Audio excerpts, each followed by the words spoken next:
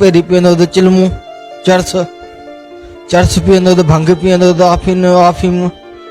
अम्मा झलींदी हुई जीजल माइट मूंखे वठी ईंदा हुआ प्यारींदा हुआ ऐं माइटनि अम्मा जीजल जो चवणु कोन कयुमि माइटनि जो चवणु कयुमि पाड़े वारनि जो यारनि दोस्तनि जे पोयां लॻियुमि नशो कयुमि मुंहिंजी शादी बि थियल आहे 2 न्याणियूं आहिनि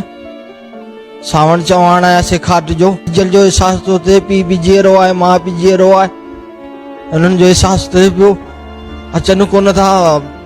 महिनती बि आहियां मुंहिंजो भाउ वॾेरनि जे घरनि में पोची ॿार ॾींदो समाज काट जा बाबा यादि जाम ईंदा आहिनि न्याणियूं बि यादि ईंदियूं रोईंदो आहियां हिते जाम बचनि जे लाइ अम्मा माउ पीउ जे लाइ भाइरनि जे लाइ 6 महीना थी विया आहिनि कोन ॾिठो आहे ऐं पंहिंजो ॿ न्याणियूं माइटनि वटि मुंहिंजी माई कावड़जी सहुरनि वटि वई हली पंहिंजे घर वई हली पीउ जे घर त मूंखे मुंहिंजे माइटनि 2 न्याणियूं कसे विहारे छॾियूं पंहिंजे घर रखियूं आऊं ईंदो त जेॾी महिल ई माउ खे यादि कंदियूं हुयूं मारी 2 न्याणियूं पोइ मूंखे कावड़ चढ़ी हुई माइटनि खां कावड़े कसे न्याणियूं पंहिंजी न्याणी खे खंडू ॾेई आयोसि जेतर जीअरो आहियां मोॾे ईंदो कर मोए खां पोइ तुंहिंजी मर्ज़ी मोए खां पोइ तुंहिंजी मर्ज़ी हो चिसार सजण लहंदो कर जेतर जीअरो आहियां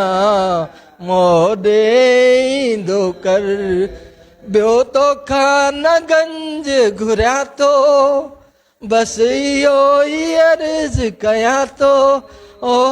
बसि इहो ई अर्ज़ कयां थो जेतर जीअरो आहियां मोॾे ईंदो कर शेख अमजद ॿधी थो ॿाहूं रोई तोखे